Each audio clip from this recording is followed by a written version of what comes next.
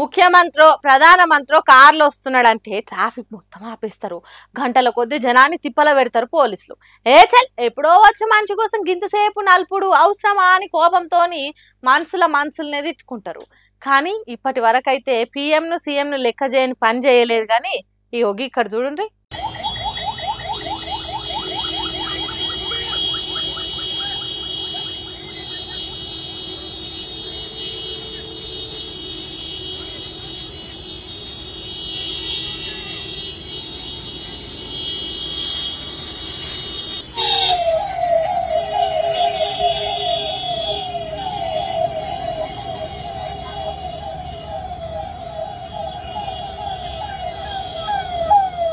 చూసిరా ఎట్లా చేసిండ్రో ట్రాఫిక్ లో ఆగిపోయిన పబ్లిక్.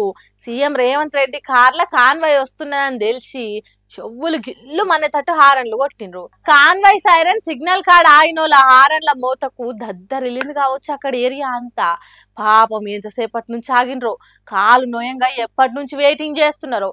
వాళ్ళ కోపాన్ని మొత్తం రేవంత్ రెడ్డి కాన్వాయ్ మీద చూయించిండ్రు. కార్లు వెనక కార్లు 100 బోగీలున్న రైలు తిరిగి వస్తున్న వరకు ఓపిక పట్టలేక బండ్లు స్టార్ట్ చేసి వెళ్ళిపోయిండ్రు.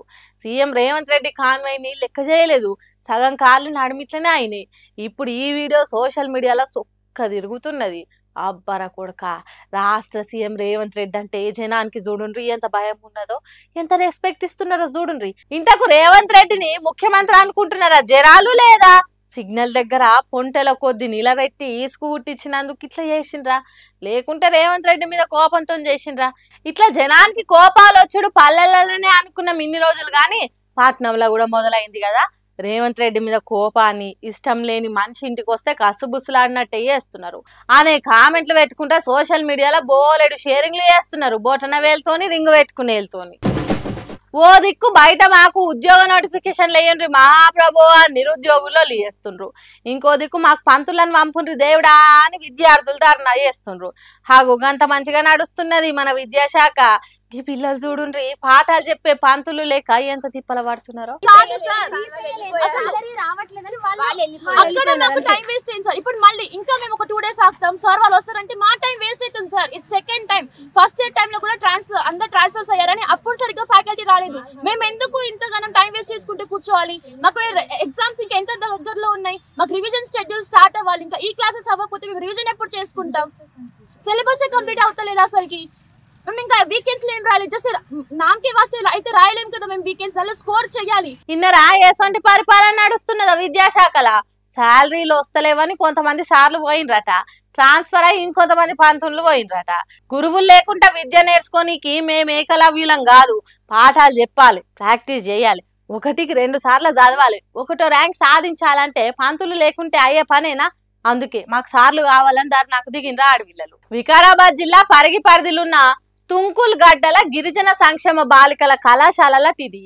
2 నెలల నుంచి లెక్కల సార్లు, రసాయనాల చదువుల సార్లు లేరట. ఎంపీసీ చదువులు చదివే పిల్లలకు ఆ చదువులు చెప్పే సార్లే ముఖ్యము. వాళ్ళే లేకుంటే మేము ఎట్లా తీయాలి చదువులు అని అడుగుతున్నారు. ఏమన్నా అంటే డిజిటల్ బోర్డు మీద వీడియోలు చూసి చదువుకోనరని అంటుర్రట కడమ సార్లు. అట్లెట్లయితుంది? మంచి చెప్పేదానికి మిషన్ చెప్పేదానికి తేడా ఉండదా? అందుకే పాఠాలు చెప్పేటోళ్ళని రప్పించాలి అని పట్టు పట్టిండ్రు.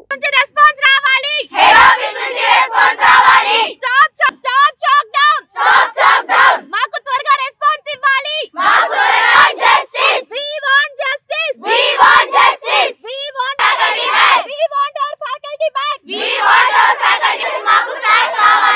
మాకు ఇంతకు ముందు పాఠాలు చెప్పిన వాళ్ళనైనా తీసుకురావాలి, లేకుంటే కొత్త సార్లనైనా పంపించాలని లొల్లి చేస్తున్నారు.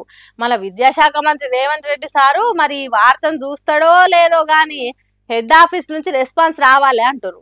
ఇంత చక్కదనంగా సర్కార్ చదువులను సాగిస్తున్న మన విద్యాశాఖ మంత్రి గారికి ప్రపంచ స్థాయిలో అవార్డులు రావాలని కోరుకుందాం. ఏమంటారు?